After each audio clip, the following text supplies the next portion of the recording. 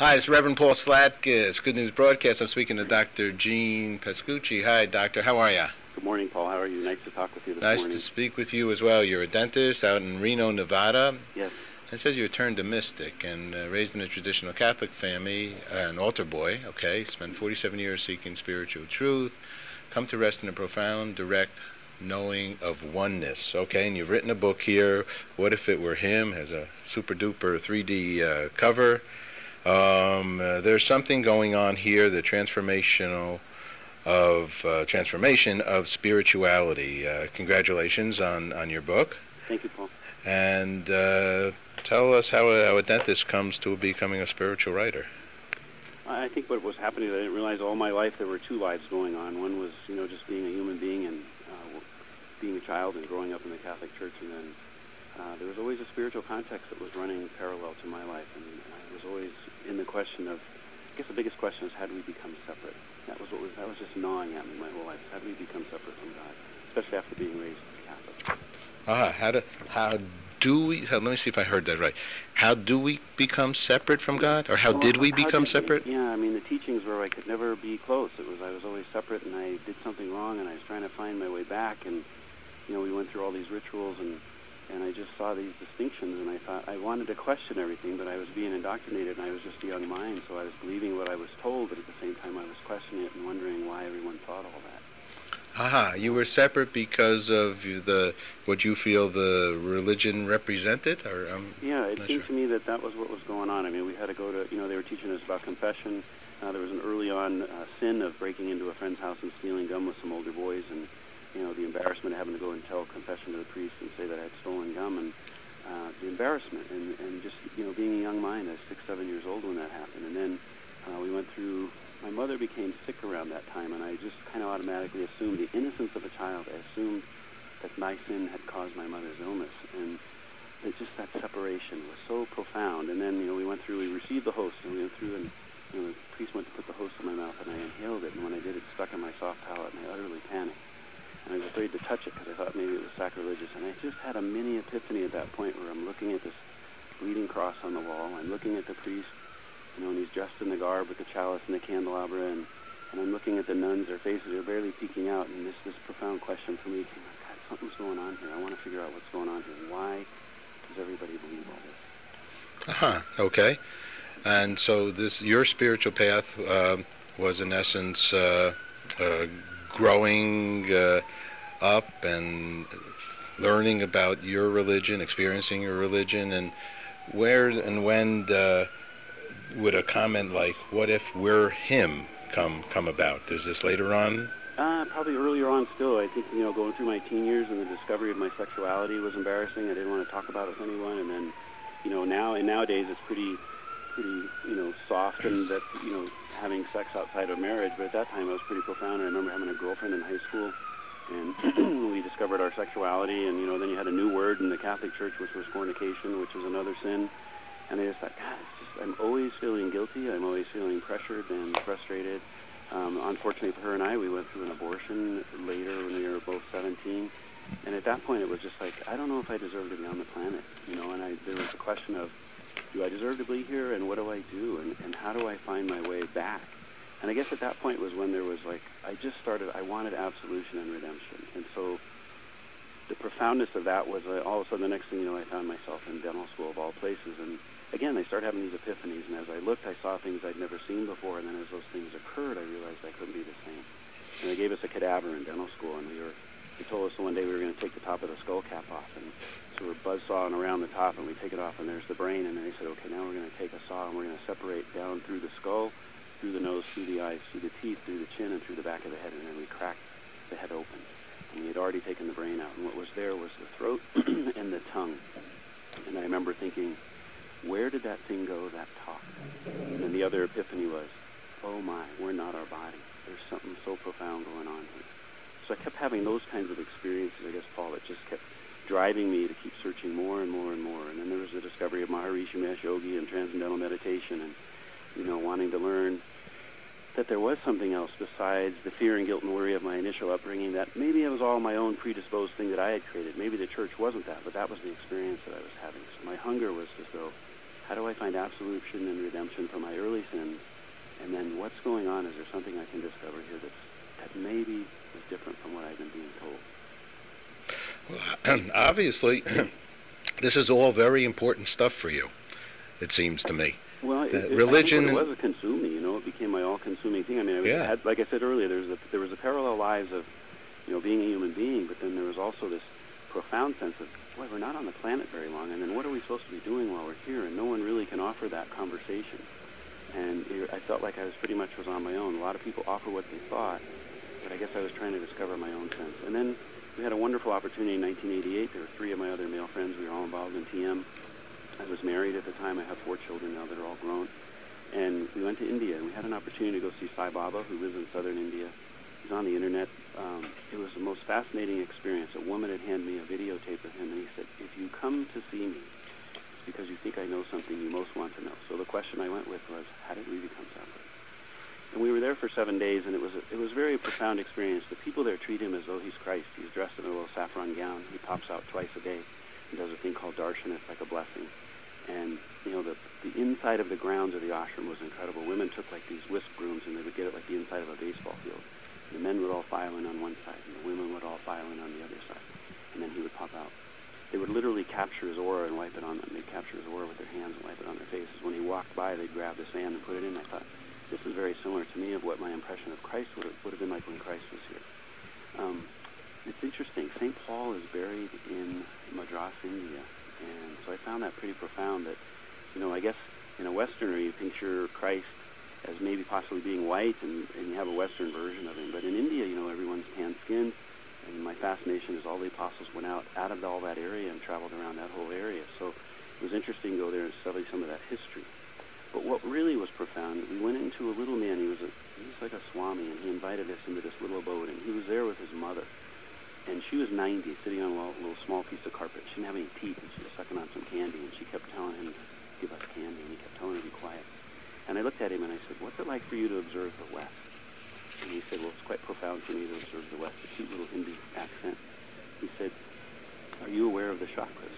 Well, I'm a scientist and a dentist and a biologist, and so for me the chakras represent the endocrine system in our body, and the endocrine system just runs from the top of your spine down to the tail of your spine.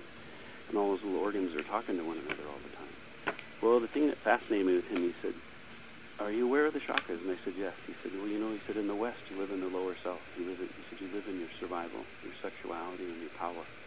He said, you're very arrogant.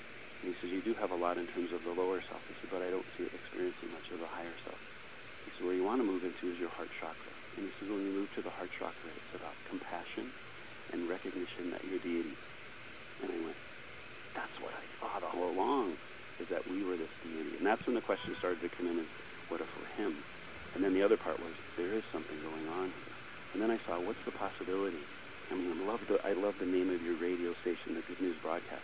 What's the possibility if we could transform our spirituality and no longer be separate? And I just see that when I look at the dire straits that I see our culture in.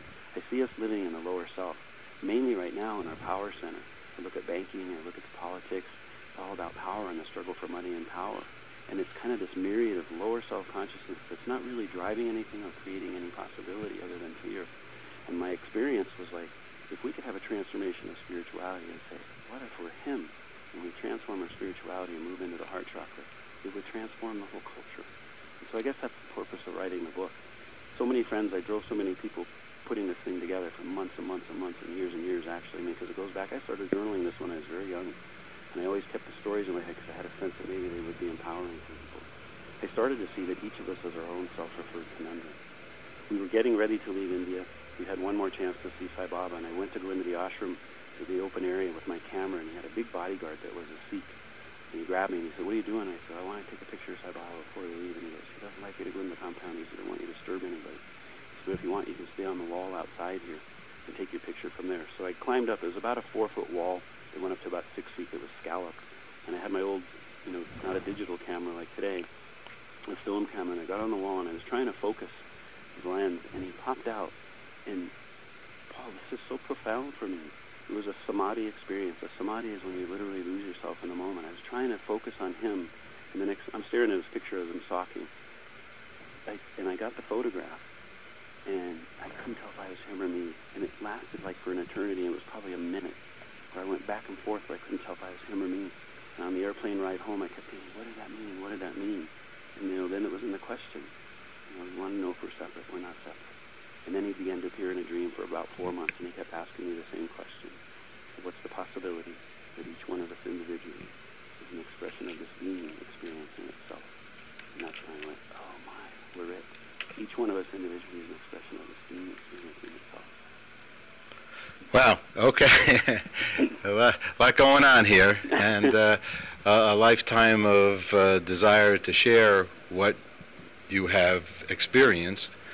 So at this point, now that you are a few days older than when you were a young man, right? And all these experiences of your life. So the book itself, What If We're Him, what do you want people to take away with them? I guess that maybe perhaps we could all have our own awakening. I saw, as a scientist, what really bothered me in Catholicism was this virgin birth issue, and I thought, as a scientist, it doesn't happen that way. And so I began to look at the thing, you need a male and a female. So I saw that we do have two births. I saw one as a birth of ignorance. You're born into a little physical body. Like I said earlier, I have 4 children. They're all in their 20s now, and I was, blessed to be at each one's birth and cut their umbilical cord.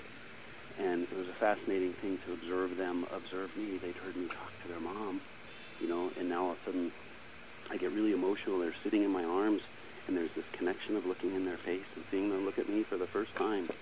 And then this unbelievable commitment of unconditional love and trust between the two of us. They can't do anything. They can't change their diaper. They can't feed themselves. It's the birth of ignorance. We all come in someplace, and there's kind of this, what are we supposed to do? And what my experience then was, what if we have a second birth? The Christian thing is always talking about being born again, Billy Graham. And I saw the birth, the second birth. It's not inviting Christ into your life for me. It's being awakening that you are the Christ.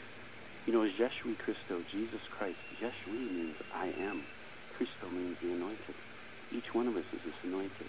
I was looking at, Mel Gibson did the movie Passion of Christ, and I know he's in a little bit of a pickle right now, but Passion of Christ to me, as I started looking at what's the possibility that Christ's life is each one of our individual lives, and that's what the whole purpose of that story is. I can't prove that he came. A Bible, the most sold book in the history of the world is the Bible, and it's in every hotel room. And I doubt if anybody reads it. It's the book you're always going to get to, but you never do because you know it's important, but you don't really know how to understand it. And I started thinking, that book is, the first half of that book is the setup, and the second half is what happens. And I started seeing that's what happens to everybody. And you can put everybody's name on. The book that I wrote is written in 3 parts. The first part's a little bit autobiographical because so you could know the author. The second part, I didn't write chapters, I wrote vignettes, and they're all these little stories that we're talking about now, the little mini epiphanies that I started to have. And then the third piece of the book is to tie it in the transformation of spirituality, what if we're him, and invite the reader to say, what if that's so, and if it is, how do we manifest that collectively as a collective consciousness in our culture? That's what I see. Everyone's talking about 2012. I don't see it being an apocalypse. I see it being an awakening. It's the possibility for an awakening.